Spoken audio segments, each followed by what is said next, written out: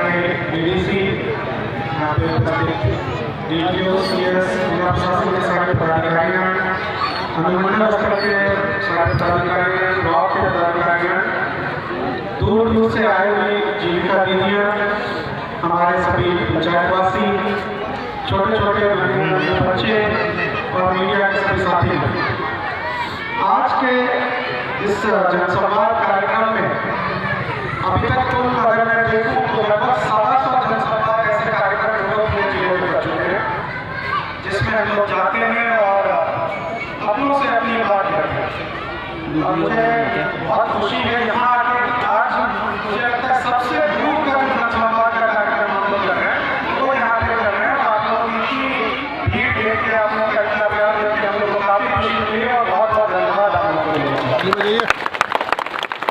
इस कार्यक्रम में जिस प्रकार से आप लोगों ने ट्रेडिशनल तरीके से, पारंपरिक तरीके से, जो आदिवासी कल्चर के हिसाब से आप लोगों ने सभी का स्वागत किया, उसके लिए भी मैं तहे दिल से जो यहाँ पे सभी स्वागत कर रहे हैं और सभी हमारे बच्चे हैं उनको बहुत बहुत धन्यवाद देना चाहते हैं, क्योंकि इन पारंपरिक चीज़ों को हमको आगे बढ़ाना है। ये हमारी खाती है, ये हमारा बहुत बड़ी उपलब्धि है जिसको हमको कंटिन्यू करना है। अभी सबको लग रहा होगा कि ये जनसंवाद का इतना बड़ा कार्यक्रम जैसा मैंने बताया, लगभग 125 हम लोग कर चुके हैं। इसे क्यों कर रहे हैं, क्या उद्देश्य है इसका उद्देश्य ये है कि जैसे आप परिवार में बैठते हैं और एक साथ बैठ कर डिस्कस करते हैं कि अभी क्या चल रहा है, छोटा बच्चा क्या कर रहा है, बड़ा बच्चा क्या कर रहा है, घर में जो कमाई का साधन है उसको बढ़ाने के लिए क्या करना चाहिए। तो ये जो सारी की सारी चीज़ें परिवार में जैसे करते हैं, अपने समाज में बैठ कर करते हैं, वैसे ही पूर्णिया जिला जो एक बड़ा परिवार है और उस परिवार में हम लोग अपनों से अपनी बात कर रहे हैं कि जितने बदलाव आए हैं, जो अच्छी चीज़ें हुई हैं, सकारात्मक चीज़ें हुई हैं, वो उसकी काबिल तारीफ है, आप लोग और अच्छे तरीके से करें। लेकिन जो कमियां हैं, जो और चीज़ें करनी है, उसको हम लोग एक दूसरे से बात करें। अभी जैसा आपने देखा कि हमारे सामने एक उद्यमी थे जो एक्स सर्विसमैन थे, राजीव जी, उन्होंने बताया, आपने देखा कितना बेहतरीन एग्जाम्पल है कि उन्होंने कृषि के साथ साथ उन्होंने जो है पॉल्ट्री फार्म शुरू किया और नेपाल तक को बनमनखी जैसी जगह से नेपाल अपने प्रोडक्ट को भेज पाए। बहुत ही काबिल तारीफ है। ये हम सब लोगों के लिए जो है बहुत लर्निंग रहती है कि लोग क्या नई चीज़ों को अपना रहे हैं, कैसे करें। और अगर राजीव जी कर सकते हैं तो दूसरे युवा भी कर सकते हैं। ये चीज़ भी देखने हम लोग आप लोग से बात करें। अभी कुंदन जी ने बताया कि हम लोग बहुत सारे लोगों को यहाँ पे युवा हैं जो मखाने की खेती कर रहे हैं और मखाने की खेती में अगर बिजली की संबद्धता हो जाए, कृषि फीडर जिसे हम लोग कहते हैं, तो और लाभ होगा। यही बात हम लोग कर रहे हैं और ये कृषि फीडर की बात है, इसको नए स्कीम के अंतर्गत बहुत तेजी से और प्राथमिकता पे लगाने का हम लोगों का ध्यान है, जिसको हम लोग आगे बढ़ाएं। ऐसी बहुत सारी बातें हुई पूरे राज्य में। आप देखेंगे खासकर पूर्णिया में और अपने एरिया में भी देखेंगे तो जितने बड़े बुजुर्ग यहाँ बैठे हुए हैं या हम लोग के एज ग्रुप के भी लोग हैं, वो देख सकते हैं कि पूरे राज्य में और पूर्णिया में भी कितने सारे बदलाव आए हैं। और आप पुराने समय को आप याद करें, जैसे बिजली की व्यवस्था या सड़क की व्यवस्था, गाँव तक सड़क पहुँच जाना, टैप वाटर नल जल को पहुँचना, ये इस तरह के बड़े बड़े बहुत बदलाव हुए। और इन बदलाव को हम सबको रियलाइज करते हैं कि इसको आगे बढ़ाना है। इसमें सबसे और इसको और तेजी से आगे बढ़ाया है। इसमें बेसिकली हमको ये समझना है कि ये 3-4 पार्ट में अपनी बात करूँगा, सभी ने स्कीम्स और की तो बात की, 3-4 पार्ट में जो बात मैं करने वाला हूँ उसमें सबसे पहली चीज़ है बुनियादी जरूरतों। यहाँ तक आने के लिए सड़क, गाँव में सड़क की संबद्धता और उसके साथ साथ आपको बिजली के कनेक्शन, पानी की उपलब्धता, इस तरह की जो सारी चीज़ें हैं ये किए गए हैं और आगे बढ़ाए जा रहे हैं। इसके साथ ही आप देखेंगे कि हर वार्ड में अब कम से कम 10-10 स्ट्रीट लाइट जो है वो लगाया जा रहा है ताकि रात्रि में भी किसी को कोई परेशानी नहीं, इस तरह की पूरी व्यवस्था बनाई जाएगी। तो ये बुनियादी जरूरतों की चीज़ है। मेरा सभी लोगों से यह अनुरोध होगा कि जो भी चीज़ें हैं उन सब का देख रेख आपको करना चाहिए। अगर सड़क बन गया है, आप रोड पे पानी अपने घर से भराएंगे तो फिर सड़क मिलेगी।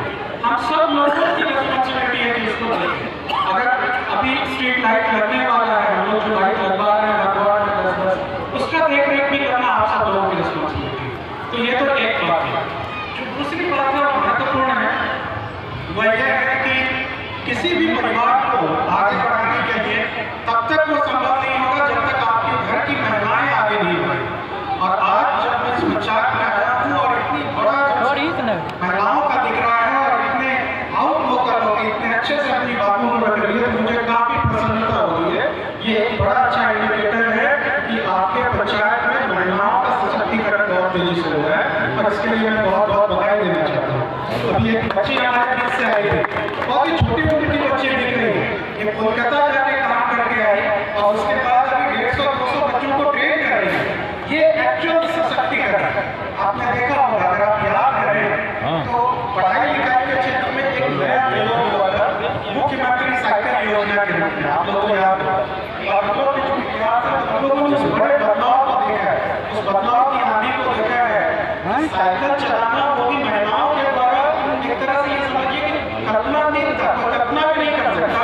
और जब उसकी शुरुआत हुई तो आज हमारी बच्चियां विद्यालयों तक साइकिल से जब ग्रुप में पहुंचती है तो लगता है कि उनका भविष्य उज्जवल होने से कोई नहीं रोक सकता। और जब वो आगे बढ़ा उसके बाद उनके बच्चे भी साइकिल योजना के अंतर्गत लाभान्वित हो रहे हैं और आगे बढ़ रहे हैं। तो जो ये महिलाओं के को आगे बढ़ाने उसको जीविका के इतना बड़ा परिवर्तनकारी कार्य हुआ है। आपने बहुत सारी दीदियों को सुना और भी इसको आगे बढ़ाने की जो आवश्यकता है विभाग के लोग उसको करने की कोशिश कर रहे हैं। और जिस प्रकार की अगर आप कोई भी काम करना चाहते हैं, दीदियाँ यहाँ पे बैठी हुई हैं, आप जो काम कर रही हैं उस बिजनेस को भी आगे बढ़ाना चाहती हैं तो भी बैंक से लिंकेज कराने से लेकर हर तरीके का सहयोग राज्य सरकार की ओर से दिया जाएगा। मैं ये आपको यहाँ से बता देता हूँ। तो ये महिलाओं का सशक्तिकरण बहुत आवश्यक है। जो तो तीसरी बात करती है और वो बहुत महत्वपूर्ण है, हमारे जो युवा, हमारे वो वर्ग जो जिनके हाथ में काम करना चाहिए, जिनको रोजगार की आवश्यकता है, युवाओं के लिए जो है बहुत आवश्यक है कि चीजें आगे बढ़े। और उसमें हम लोग ये कहना चाहेंगे कि राज्य सरकार की एक प्राथमिकता है कि रोजगार देने वाले हाथ जो आज के युवा हैं वो रोजगार न केवल अपना शुरू करें बल्कि 10 आदमी को और रोजगार दें। और मुख्यमंत्री उद्यमी योजना और इस तरह के बहुत सारी योजनाओं के अंतर्गत आप देखेंगे कि नए नए युवा नई चीजों के साथ आ रहे हैं। जैसा अभी राजीव जी ने अपने बारे में और भी बहुत सारी योजना की बातों को रखा है। तो उसके अंतर्गत राज्य की बहुत सारी योजनाएं चल रही हैं। कोई आइसक्रीम का फैक्ट्री लगाया है, क्योंकि हम लोग बहुत जगह जा रहे हैं, देख रहे हैं। कोई मखाना प्रोसेसिंग, मखाना को उत्पादन हो रहा है, उसको प्रोसेस कैसे करें, डब्बा बंद करके उसको कैसे ज्यादा रेट पे बेचें, ये सब चीजें। और जब रोजगार की बात हम लोग कर रहे हैं युवाओं के और नए उद्यम शुरू करने की बात कर रहे हैं, तो चूंकि हम लोग कृषि आधारित है, हमारा ज्यादा से ज्यादा पॉपुलेशन कृषि आधारित है, तो हमको ये देखना चाहिए कि जो पारंपरिक खेती कर रहे हैं हम लोग उसके साथ साथ जैसे मखाना आप बना रहे हैं तो मखाना को सीधे जाके बेचते हैं तो जो पैसा मिलता है, अगर उसी मखाना को हम लोग प्रोसेस करते हैं, उसमें मसाला मिला के करते हैं और उसकी ब्रांडिंग करें, वो बहुत ज्यादा पैसा मिलता है। अब ऐसे उद्यमियों की आवश्यकता है। अब आप कहेंगे कि इस चीज को कैसे शुरू करेंगे, तो इसकी पूरी की पूरी ट्रेनिंग हम लोग आपको दिलाएंगे। अगर जो भी उत्सुक है इसके लिए, जो यहाँ पे दार्जिलिंग बैठक में वो अपने युवाओं को प्रेरित कर सकते हैं, इसके लिए हम लोग उनको ट्रेनिंग कराएंगे। ट्रेनिंग करा के मार्केट लिंकेज और बैंक से फाइनेंस कराने से लेकर अचीव कराएंगे। अगर वो उत्सुक है, कृषि क्षेत्र में बहुत सारे इस तरह के काम करने की आवश्यकता है। उसके अलावा मुख्यमंत्री उद्यमी योजना जैसा मैंने बताया, उसके अंतर्गत भी बहुत सारे काम हो रहे हैं, युवाओं को उससे जोड़ना चाहिए। इसके साथ साथ हमने देखा है कल जिले में हम लोग 4000 नियुक्ति पत्र वितरण करने वाले